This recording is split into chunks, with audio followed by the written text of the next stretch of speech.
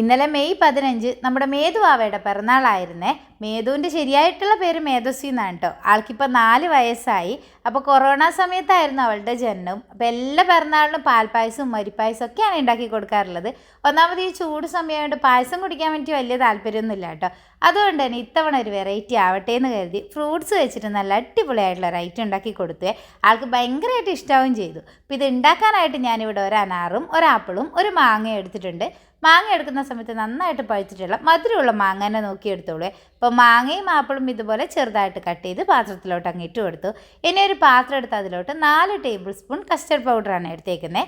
അതിലോട്ട് 1/4 കപ്പ് പാൽ ഒഴിച്ച് ഇതുപോലെ നല്ലോണം ഒന്ന് മിക്സ് ചെയ്തെടുക്കണം. കട്ടകളൊന്നും ഇല്ലാതെ നന്നായിട്ട് അങ്ങ് മിക്സ് ചെയ്തെടുത്തോളൂ കേട്ടോ. ഇനി ഇതൊരു സൈഡിലോട്ട് മാറ്റി വെക്കുക. കടായി എടുത്ത് അടുപ്പിൽ വെച്ചതിന് ശേഷം ഒരു ചെറിയ സ്പൂണിൽ നെയ്യ് എടുത്ത് അത് ഒഴിച്ചിട്ടുണ്ട്. നെയ്യ് കൂടുതലൊന്നും വേണ്ട കേട്ടോ. അതിലോട്ട് ഒരു പിടി സേമിയ ഇട്ട് നന്നായിട്ടൊന്ന് വറുത്തെടുക്കണം.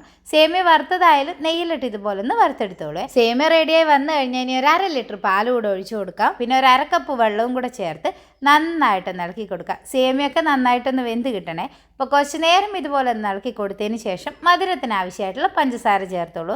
ഞാനൊരു 1/4 കപ്പ് പഞ്ചസാര കൂടെ ഇട്ട് കൊടുത്തതിന് ശേഷം വീണ്ടും നന്നായിട്ട് ഇളക്കി കൊടുക്കുന്നുണ്ട്. അപ്പോൾ ഇത് ചെറുതായിട്ടൊന്ന് കുറുക്കി വരുന്ന സമയത്ത് ഞാൻ ഇതിലോട്ട് നമ്മൾ മിക്സ് ചെയ്ത് വെച്ചേക്കുന്ന കസ്റ്റർഡ് ഉണ്ടല്ലോ അതുകൂടെ അങ്ങ് ഒഴിച്ചു കൊടുക്കുക. അപ്പോൾ നമ്മളിത് ഒഴിച്ചു കൊടുക്കുന്നതിന് മുന്നേ ഒന്നുകൂടെ നന്നായിട്ട് ഇളക്കി കൊടുക്കണേ. അപ്പോൾ ഇത് ഒഴിച്ചു കൊടുത്ത ഉടനെ തന്നെ ഇത് നല്ലോണം ഒന്ന് തിക്കായിട്ട് വരും. അപ്പോൾ ഒഴിച്ച ഉടനെ തന്നെ നന്നായിട്ടൊന്ന് ഇളക്കി കൊടുക്കുക. അപ്പോൾ കുറച്ച് നേരം ഇതുപോലെ ഒന്ന് ഇളക്കി കൊടുത്തതിന് ശേഷം ഇതുപോലെ അങ്ങ് കുറുകി വന്നിട്ടുണ്ടാവും. അധികം തിക്കാക്കാൻ വെച്ചിട്ടില്ല കേട്ടോ. അപ്പോൾ ഞാനിത് അടുപ്പിൽ നിന്ന് എടുത്തതിന് ശേഷം ഇത് നല്ലോണം ഒന്ന് തണുത്തതിന് ശേഷം വേറൊരു പാത്രത്തിലോട്ട് ഒഴിച്ചിട്ടുണ്ട്. ഇനിയിപ്പോൾ നിങ്ങൾ കുറച്ചുകൂടി തിക്കായിട്ടാണ് വേണ്ടുന്നുണ്ടെങ്കിൽ കുറച്ചുകൂടി അങ്ങ് കുറുക്കി എടുത്തോളൂ. ഇനി ഈ ഒരു സമയത്ത് നമ്മൾ കട്ട് ചെയ്ത് വെച്ചേക്കുന്ന ഫ്രൂട്ട്സൊക്കെ ഇതിൻ്റെ കൂട്ടത്തിൽ അങ്ങ് ഇട്ട് കൊടുക്കുക. കാണാൻ തന്നെ നല്ല ഭംഗിയാണ് കേട്ടോ. അതുപോലെ തന്നെ കഴിക്കാനും നല്ല അടിപൊളി ടേസ്റ്റാണ്. കൂട്ടത്തിൽ ഞാനിത് കുറച്ച് അണ്ടിപ്പരിപ്പ് കൂടെ അങ്ങ് ചേർത്തിട്ടുണ്ട്. കയ്യിലുള്ള നട്ട്സ് അങ്ങ് ഇട്ട് കൊടുത്തോളൂ കേട്ടോ. എല്ലാം കൂടെ ഇതുപോലെ ഒന്ന് മിക്സ് ചെയ്തെടുത്തതിന് ശേഷം ഈ ഒരു തിക്നെസ്സിലാണ് ഞാൻ ഉണ്ടാക്കിയെടുത്തിട്ടുള്ളത്. ഇനിയിപ്പോൾ നിങ്ങൾക്ക് കുറച്ചുകൂടെ കട്ടിയായിട്ട് വേണമെന്നുണ്ടെങ്കിൽ ആ പാല് കുറച്ചുകൂടെ ഒന്ന് കുറുക്കിയെടുത്താൽ മതി. ഇനി ഞാനൊരു ക്ലീൻ റാപ്പ് വെച്ചിട്ട് ഇതുപോലെ ഒന്ന് കവർ ചെയ്തെടുത്തതിന് ശേഷം ഫ്രിഡ്ജിൽ നല്ലോണം ഒന്ന് തണുപ്പിക്കാനായിട്ട് വെക്കുന്നുണ്ട്. നല്ലോണം തണുത്ത് കഴിക്കുമ്പോഴാണ് കേട്ടോ നല്ല അടിപൊളി ടേസ്റ്റ് ഉണ്ടാവുക. അപ്പോൾ 2-3 മണിക്കൂറൊക്കെ ഞാനിത് ഇതുപോലെ ഒന്ന് തണുപ്പിച്ചെടുത്തിട്ടുള്ളതാണ്. നോക്കിയാൽ നമ്മൾ അടിപൊളിയായിട്ടുള്ള സംഭവം ഇവിടെ റെഡി ആയിട്ടുണ്ട്.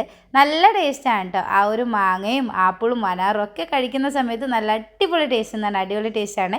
എല്ലാവർക്കും ഒരുപോലെ ഇഷ്ടപ്പെടുക. അപ്പോൾ വീഡിയോ ഇഷ്ടമായിട്ടുണ്ടെങ്കിൽ ലൈക്ക് ചെയ്യാനും കമൻറ്റ് ചെയ്യാനൊന്നും മറക്കരുത്. അതുപോലെ തന്നെ നമ്മുടെ കൃഷ്ണാവ്യൂ എന്നുള്ള ഈ ഒരു പേജ് നിങ്ങൾ ഇതുവരെ ഫോളോ ചെയ്തിട്ടില്ലെങ്കിൽ ഒന്ന് ഫോളോ കൂടി ചെയ്ത് സപ്പോർട്ട് ചെയ്യാം കേട്ടോ. അപ്പോൾ ഇതുപോലെയുള്ള നല്ല നല്ല വീഡിയോസൊക്കെ ആയിട്ട് നമുക്ക് അടുത്ത ദിവസം കാണാം. അതുവരെ ബൈ.